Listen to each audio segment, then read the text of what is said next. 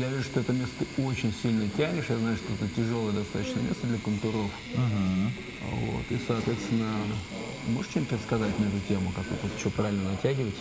Ну, вообще, в любом случае, на любом месте надо кожу тянуть максимально. Вот. Я стараюсь, то есть левую руку целиком задействовать. Вот. Чтобы был натяг и не проваливалась ни рука, ни машинка. Я помню, мне как давно один мой гуру, еще 20 лет назад, когда я учился, он вообще говорил, как раз тогда тоже не индуксами, роторами кололи, что типа надо тянуть так, чтобы рука болела. Да, левая рука, например, я правша, но левая рука у меня устает гораздо больше после сеансов, чем правая, потому что правой только обводить надо, там, красить, а левая тянет, всю нагрузку берет на себя основную как раз. Так, вот сейчас я смотрю, ты где-то делаешь просто, по сути, наметочный контур, да? Ты туда Да, будешь еще возвращаться? сейчас у меня есть толстый и черный, есть тонкий черный, который сейчас работает, то есть это следующий план, детализация. И есть прозрачный, то есть это грей-вош, то есть черный с водичкой. Вот. Это те места, где контур не должно быть. То есть это фоновые элементы какие-то, вспомогательные. Вот.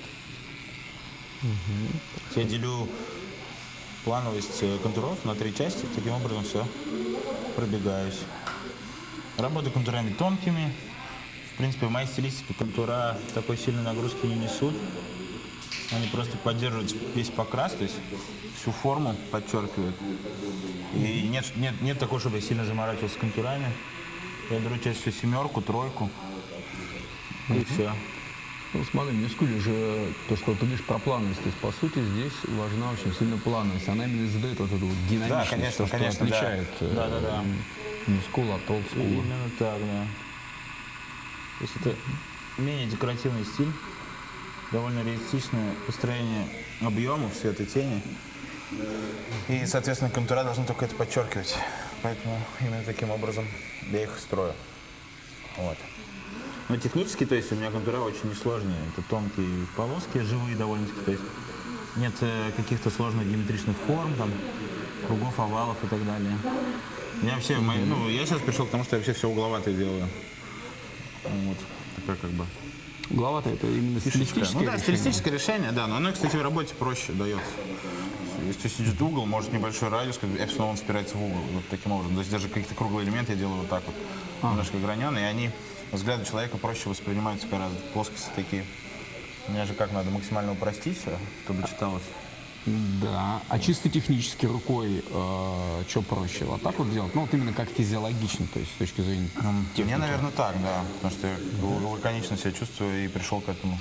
Вот такой, наверное, вылет довольно большой. Это все от места зависит, то есть на какой-нибудь, извиняюсь, жопе можно побольше ставить, протапливать. В среднем такой. Тут место такое, как я понимаю, половина очень можно, половина можно Здесь недопроколоть, вот да, здесь да, где-нибудь, а вот здесь можно... А здесь, наоборот, можно переборщить очень на ребрах. Вот, то есть надо быть аккуратным. Ну, ты чувствуешь, да, когда Да ты я проток прокалываешь? чувствую, да. И вообще о машинках тоже, если говорить, то для меня самая главная особенность машинки, и самое главное свойство,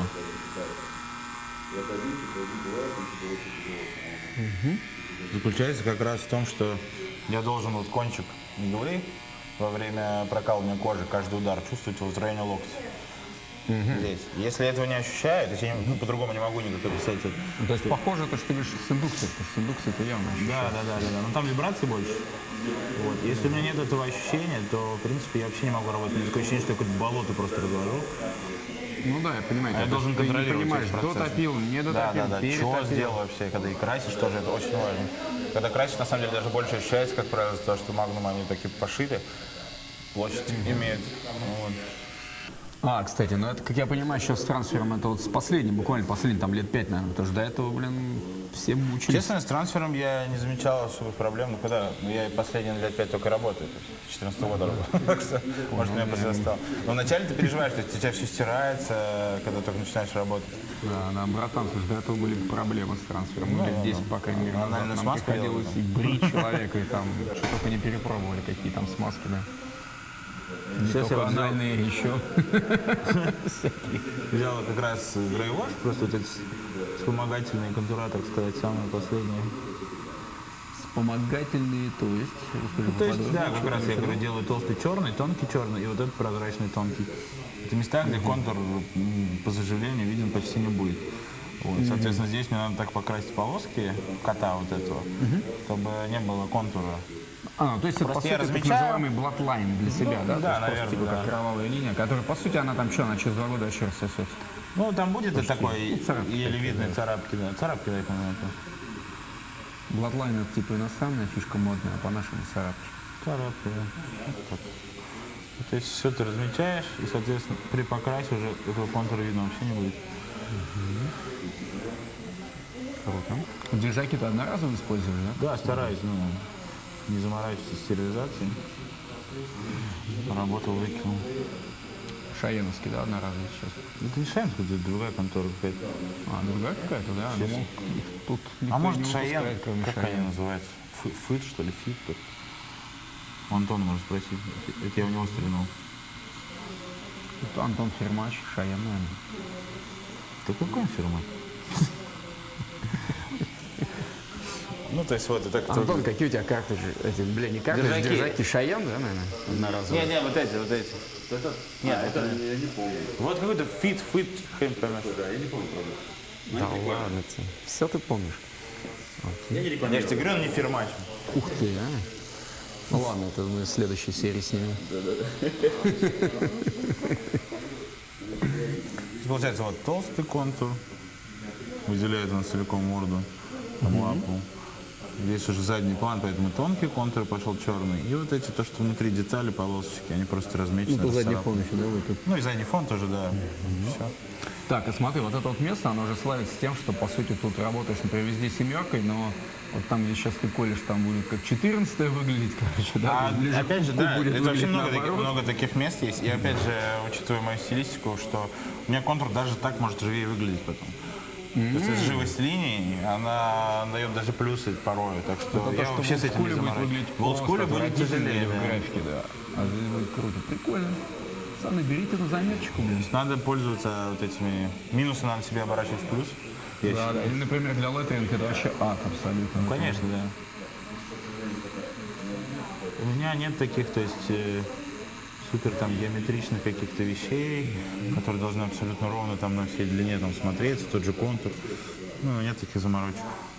Так, а ты упоминал, что полоски ротором более стабильнее, чем полоски индукции. Да, Скажи, мне так кажется, мое ощущение, что при заживлении, когда смотришь на зажившую полоску, у нее нет вот этих вот подплывов таких. Она ровная по всей ширине после ротора. Мое личное наблюдение, как бы, и мне кажется, так и есть. на любых местах, да? Ну да, практически. Ну, в принципе, есть просто сложные места, где всегда контура. Вот как и здесь как раз здесь разница будет, они здесь будут потолще просто, здесь потоньше. При заживлении, по заживлению, да. То есть о чем мы говорили. А так, мне кажется, да. А такая ты имеешь в тема виду вот эти подплывости, не то, что вот ты проводишь полоску, и у тебя такие чик-чик по сосудикам побежала черненькая. есть. Нет, Это именно- исчезает. Да, это ерунда, кровь разносит. А именно такие узелки появляются. То есть уже полоска, после например, заживления, да? одной толщины, потом резко бым, чуть-чуть шире, потом опять одной, потом чуть-чуть шире. То есть Понял. я Типа такое как наблюдал. вдутые места. Вот типа того, да. Мне так не нравится. Понятно, никому не нравится. Можно, конечно, цветом подбить, если требл, Ну, это понятно, да. делаешь. Хотя, опять же, в той же моей стилистике это не так страшно, если с контуром такая штука случается. Но кому-то это очень важно. Может быть, более важно, чем мне. Да, а большие работы ты тоже сразу делаешь чистовой контур, потом красишь? Или Да наоборот? нет, я также делаю тонкий, толстый, и в любом случае, чем больше работы, в конце надо будет работать с плановостью опять, утолщать какие-то моменты. Все это же в конце просто делать, спокойно красишь. Но для удобства я все равно делаю тонкий, толстый и прозрачный, чтобы в процессе даже покрасывания было понятно, где что. Ну вот. Так, понятно. Ну и плюс, как я понимаю, там ведь тоже, если сразу типа постараться сделать контур, то потом он всё спустя равно- несколько сеансов он может замылиться, когда ты Конечно, опять цветом же, подобьешь цветом его. он же прокрашивается уже. Ну, кстати, да, вот то, что ты говорил, чувствуется, тебе обязательно Да, должна тачка да, чувствоваться, да, да. и, соответственно, как Да. именно вот этот пен, вот в плане Очень хорошо ощущability. ощущается, я очень удар четко чувствую, стабильно. И нареканий у меня пока нет вообще никаких. Надеюсь, так и будет. Круто, спасибо. Влад гарантирует. Давай Сейчас подробнее на иглах остановимся. Одна троечка, другая семерочка. А какие конфигурации в плане заточки, диаметра? 0,3. Ну, тройки можно 0,25. В основном 0,3 диаметр. Заточка лонгтейпера. Лонги, да? Проникают получше, да. И дырка меньше. По ощущениям. Вот. Ну, то есть, по сути, твоя троечка, она очень тоненькая, она может, по сути, как единичку дать, если ты из Можно 0,25 единичку взять, да, можно такое, да. И семерка у тебя тоже тонкая, то есть это Тонкая, да. какая-нибудь будет четверка, если из 0,35 там медиум. Ну да, ну тонко прям. Ну, это я просто сразу говорю, чтобы Да. для сравнения, чтобы ребята понимали, Да. потому что семерка семерки рознь. Ну да, это семерка, лонгтейпер, стянутый очень. Не распушиваешь? Не, зачем? Какой-то Сейчас модно. картридж подогрел на зажигалке, да? А карточку вазелину смазываешь? Зачем? Сейчас модно так. Шутки такие. Блин, я Да их не нет, в теме. кстати, не то чтобы шутка, просто некоторые мастера смазывают хвостовик картриджа или капают туда, там где хвостик выходит. Зачем? Вот туда вот закапывают силиконовое масло, и типа сразу шум понижается. А, ну Ну наверное. и говорят, пободрее вообще, повеселее работает. Что-то я не заморачиваюсь. То есть, в принципе, у меня вообще такая позиция, если все работает и меня устраивает, я не буду ничего делать. Так, ты вначале, соответственно, делаешь черным, Да, потом слой будешь- черного под ложечку. И все темные места, черные, ну, все, что черный проходит, где-то напыляю с водичкой черной. Получается, грейвош развожу, ну, на глаз. А разводишь ты, соответственно, берешь колпачок. Ну, когда я для разметки я делаю просто чисто черный, в другой колпачок я капаю просто краску и воды. Мгм. Сколько капаешь? Так каплю, две, как получится. Если слишком темное, просто еще в стакан домакиваю и проложу. Отлично. А когда тени делаю подложку, то просто где мне надо вывести на кожу вот эти места грейвошные, так сказать, я просто вмокаю в черные и в воду, и сколько мне надо, по ощущениям уже туда-сюда катаю. Понял. Все на глаз По сути, тоже, выработанное просто чувство. Ну да, очень удобно, ребят. То есть один раз ты заморачиваешься, ну как заморачиваешься, там не один раз ты заморачиваешься, и нарабатываешь этот опыт, зато потом тебе не надо везде с собой таскать грейвоши, не надо привыкать к разным грейвошам. У тебя уже руки сами на автоматизме привыкли. Да. То, что черный, тот, которым ты работаешь, ну, он также по сути делается. И Да, так и делается грейвош, разведенный черный. Так, смотри, сейчас ты используешь на таком достаточно мягком месте, которое уходит еще и связкой кожи, которая достаточно фигово, насколько я помню, пробивается. Ты не заваливаешь угол, то есть ты не делаешь угол агрессивным, то есть ты работаешь Вообще- почти под 90. Ну, на самом деле, например, в пределах каких-то РС-ок это не так страшно завалить угол. А какая сейчас игла? 9 РС. Трулайнер твой, ну как РС. Ну, красить удобно. Широковато, ага. И это, Ребят, я вам подскажу, это, соответственно, medium taper, да, это медиум. да, 0,35, и они Ну, не устраивает. сильно стянуты. Да. То есть они как РС из 0,3 будут вам. Вот, и этот. И если РС, там мелкие детали, это несущественно важно, ты травмацию такую не даешь. Но если, например, у тебя магний, я работаю только прямыми магнумами, то там давление на углах, на краях, оно больше гораздо. Там очень большая вероятность травмации. Соответственно, когда буду красить магнумом, я буду красить к себе всегда. То есть вот таким образом. Не вот так, как обычно любят это делать, вспахивать кожу. Когда вот так вот начинаешь поддевать кожу, соответственно, она больше убивает. А из-за того, что мне надо делать кучу переходов и, соответственно, цвет на цвет, и так травмаций много. Я крашу аккуратно вот так к себе, нижней частью. Здесь нет вот этого упора лишнего. И она аккуратненько прокрашивает минимум травмы. Как полезно. Человек кайфует, я вам прям завидую, потому что тут места такие, блин.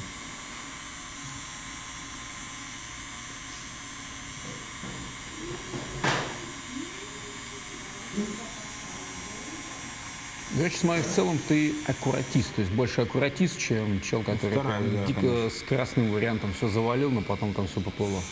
Да, согласен. Да, Антон? Он тоже аккуратист. Ну, кстати, договаривайся, Антон, что я твои секреты в этом, потому что ты ничего не сказал. Да, кстати, Да, пожалуйста. нужны секреты от Антона. Я ничего не скажу, кто вам расскажет. Антон, Рассказывай. О чем речь? Любой свой секрет. Я в детстве обосрался, никому не сказал. Вот вам говорю. Кто кому это рассказывал? Ты же, наверное, знаешь, да, такие случаи, когда делаешь, например, черненькое, потом цвет, и там цвет заживает, там грязно выглядит. Вот. Как ты делаешь так, чтобы такого не было? Ну, просто надо четко понимать, в каких местах будут эти темные элементы. Такое осторожно. Более-менее. Такое случается, когда черный попадает вот эта пыль на светлые оттенки цветов. Тогда получается грязно. То есть те места, которые я прокрашиваю черным, они, соответственно, будут с супер темных цветов переходить. И все должно быть хорошо. Не гарантирую, конечно. Это мы вырежем. Вот. Отлично. Чем темнее и контрастнее, чем рисовал бы, например, на бумаге, потому что кожа у нас требует повышенной контрастности. Вот.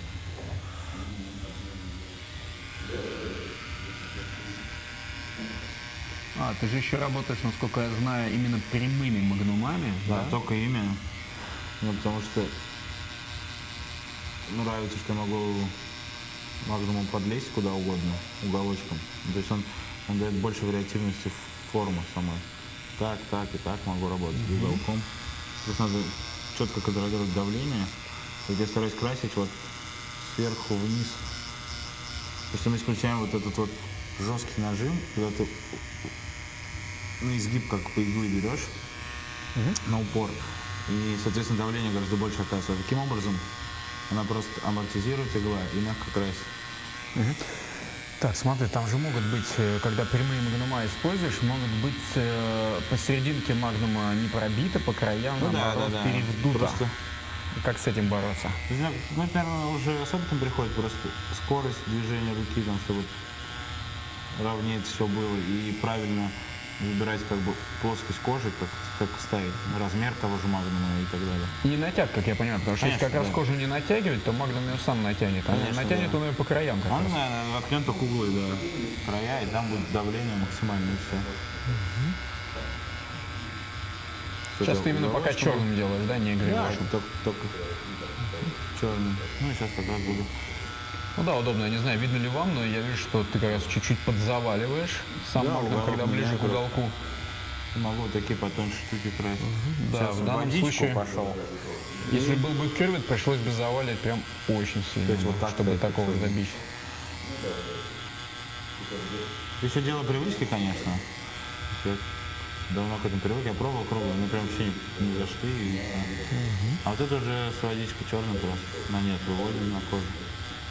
Мне, наоборот, когда я работал, настолько не заходили прямые, что я даже, когда свои иглы выпускал, то там не было прямых.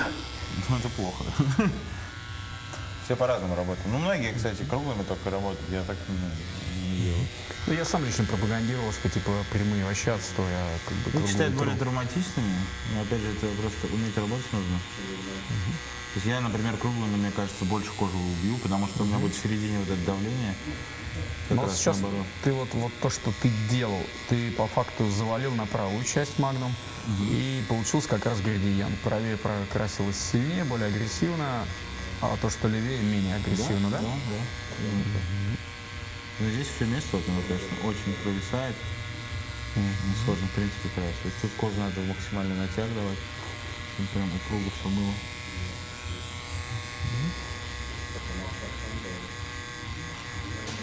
То есть чем быстрее я провожу, конечно, тем лучше будет переход.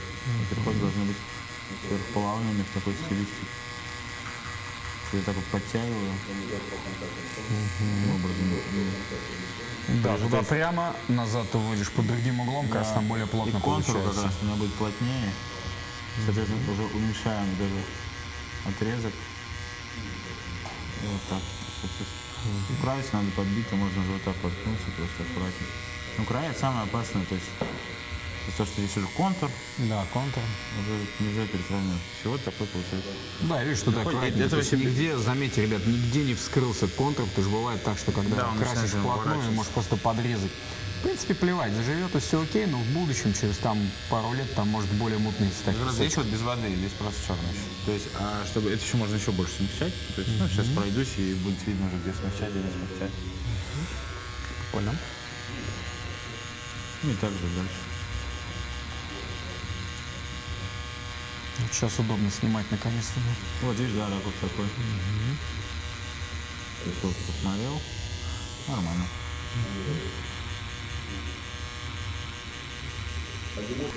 И даже вот в такой угол острый можно подлезть прямым магнумом. А круглым никак не Сейчас подлезешь. ты его завалил, да, тоже под углом? Да, чтобы подлезть. Но тогда, если я заваливаю, то я его больше вытаскиваю из кожи. Потому что так, соответственно, он протыкает глубже. То есть надо регулировать этот момент. Я слышал, что появились какие-то модные магнумалы, у которых нижний ряд иголок больше убран, чем верхний. Слушай, может быть, это даже полезно было бы. Потому что бывает такое, что у тебя верхний не дотягивается, а нижний уже передрочил Уже кожу. режет, да. Выражение. Как когда производитель сделал недавно. Ну, вот у нас мы прикрепились, тоже незаметно переходит. Родинку еще надо обойти. Родинки обходишь, кстати? Крупные, конечно, обхожу, но бывают такие, которые прям точечки такие заметные, даже бывает не заметишь. Да, пофиг. У меня даже такие, кстати, половина закрашены, ничего страшного не случилось. А у меня тоже на теле самого закрашено, клиент стараюсь как бы. Ну да, один из таких же часто задаваемых, наверное, вопросов, типа, а что там на родинках, будут или не будут проблемы, да? Ну да, часто задают клиенты, да. Многие, у кого там много родинок, переживают очень перед сеансом, все это делать, не делать. Просто обходишь. Ну, я такие красил. прям У меня есть татуировки, где вообще они нафиг прокрашены, причем через них прям проходит жирный контур, блин. Ну, всякие картыши совсем, конечно, я вообще их даже незаметно делаю. Когда работаешь, когда у тебя все в краске. Также у меня есть такие аккуратные родинки, но аккуратно обойденные родинки на татуировках, но на них, знаешь, кое-где можно посмотреть пару точек черных есть. Все равно залезли. Да. Максимально просто стараемся. Ну, короче, ребята, когда я сам еще татуировал последние несколько лет, я вообще не парился, нахрен закрашивал все родинки и вообще как-то, никто не умер. По крайней мере, не пришел никто из тех клиентов, кто умер. Да. То есть я вот уголком уже аккуратно край прокрашиваю. Оценяю, где надо. То есть я, по сути дела, то же самое. Просто уже короче движение и около контура. Видите, как вот мне надо угол, я меняю. Это как кистью работать, вот таким вот именно магнумом. Так, сейчас ты работаешь фиолетовым, но он же по факту практически черный. Да, такой грязный-грязный фиолетовый, сложный очень оттенок. Здесь не из чистых таких цветов. Такие я всегда делаю переходы с черного, как раз самых темных мест, на подобные оттенки для большей глубины. То есть, чтобы появлялись, чтобы тени были не просто черные, а именно цветом. Прикольно, то есть ты, по сути, за место грилоши продолжаешь как бы Да, но вот здесь я вот эту часть покрасил. Сколько видно. Здесь сейчас темный переход. Здесь более светлая часть, там самый черным веком. видно. Здесь уже вот я на кожу вводил светлый оттенок. Вот сейчас здесь тоже самое. Светлый или более жидкий? Светлый, это другой уже оттенок. Я покажу сейчас. Пока вот, то есть это будет вот этот пролился фиолетовый.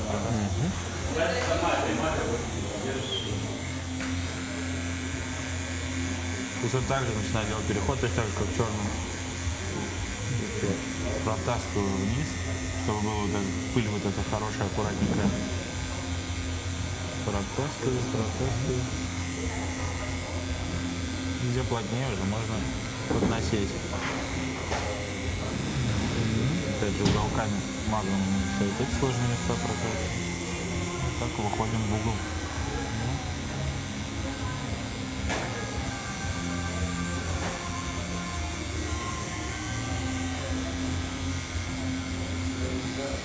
Так, сейчас мне вот средний тон между этими цветами сделать. Я просто сюда макнул и сюда чуть-чуть макнул, чтобы чуть-чуть потянуть.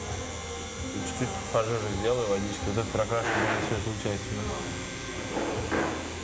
Он тоже довольно темный получается, но светлее. Как ты получил его, смешал? Это просто соседний фиолетовый, чистый, да? Это не смесь, да? Нет, это я макнул сюда,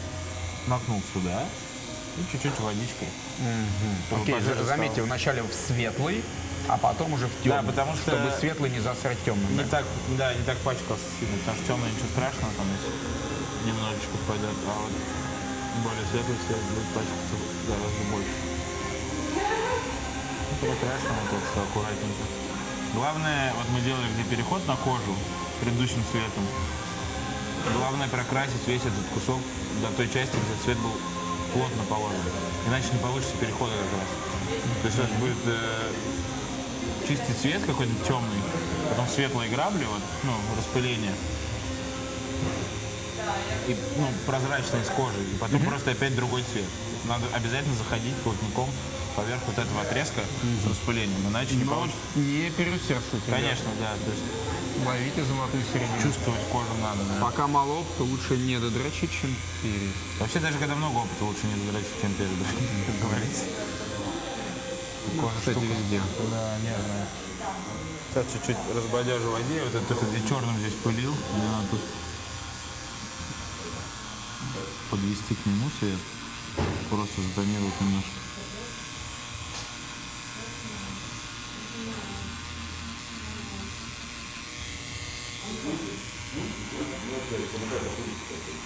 Здесь я просто переход делаю, вот эту часть тоже чуть-чуть прокрашу больше, но с водой. И сейчас чисто светлый возьму, уже буду водить его на кожу.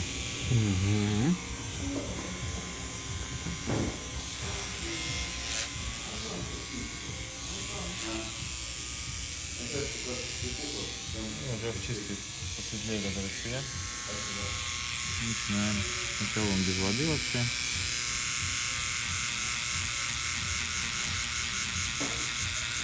Вот я потом еще буду думать, может буду еще прокрашивать, но пока оставлю так. Мы за раз не сделаем сегодня.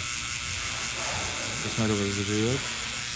Мне надо, чтобы эти брови были светлее, чем остальная часть, поэтому я посмотрю просто. То есть вот, уже получается неплохой переход. Да. Но чтобы его сделать еще более гладким, я не макаю в краску, я просто макаю в воду. Ага, просто водичка. Да, то есть я разбавляю наполовину прям и растаскиваю дальше.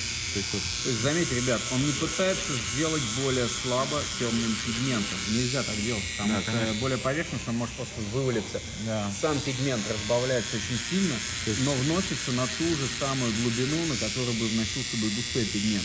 И потому что если вы будете как-то слишком поверхностно вносить Просто густой, ничего не чтобы останется. получить сладенькое, да, у вас просто потом все это, соответственно, ну, иногда полгода и продержится, но потом точно будет. таким макаром получается такой вот переход на кожу. Когда заживает, он мягкий становится совсем, краснота проходит.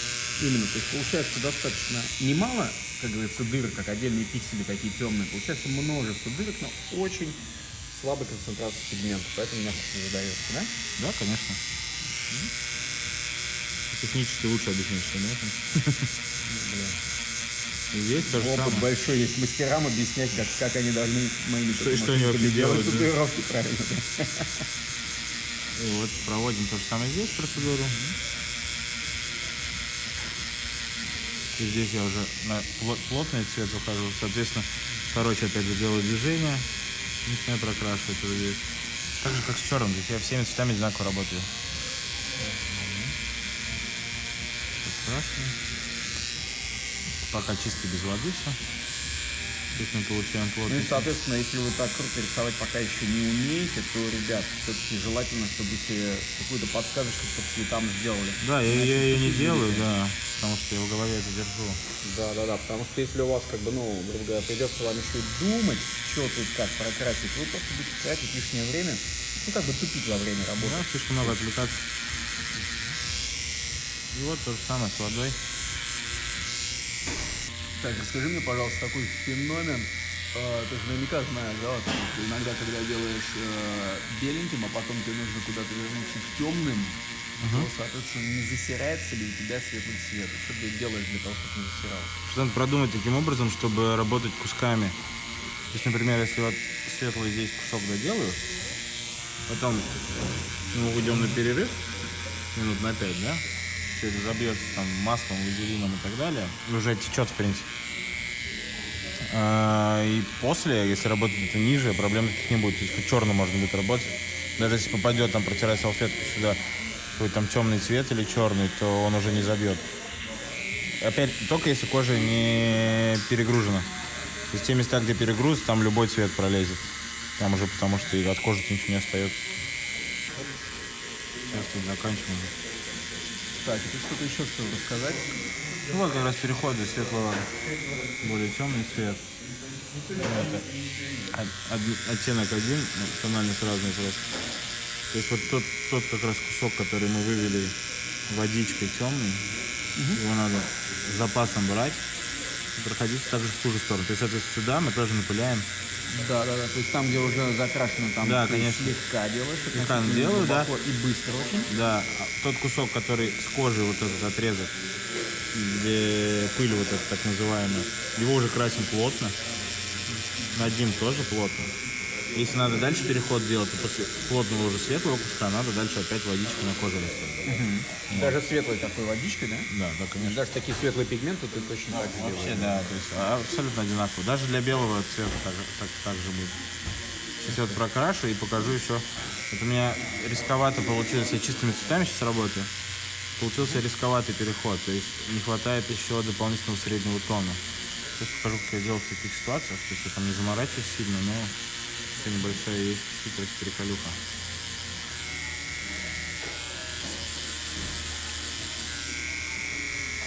Сейчас я пробегусь и сделать на этом отрезке. Вот у меня получилось, что здесь вот этот светлый оттенок, этот темный, они резко контрастные. И мне нужно между ними плавнее переход сделать, то есть мне не нравится. Мне надо добавить средний тон какой-то. Просто беру вот эти два цвета, которые были опять же из светлого, я тычу более темный, чуть-чуть в воду. Вот недостаточно еще чуть-чуть. Куда Усредняем. ты смотришь, чтобы оттенок увидеть? Прямо на носике, да? Как это? А я как раз воду, когда макаю, по ней расплывается, видно. Я вот так привык делать. И вот средним тоном, уже вот по этой середине, не плотно, просто пробегаемся, напыляем. Чтобы сгладить. Да, переход сгладить между двумя цветами. цветами. Водичкой, отлично. Когда вот такой жидкой краской, ну, уже с водой поверх уже проходите прокрашенную, но быстро, вы подстраховываете себя, потому что места, где будет не прокрас какой-то, она попадет все равно в поры, вот эта вот жижка, она даст такой, ну, прозрачный цвет, но даст. И то есть при заживлении не будет видно, что там что-то не прокрашено в любом случае. Прикольно.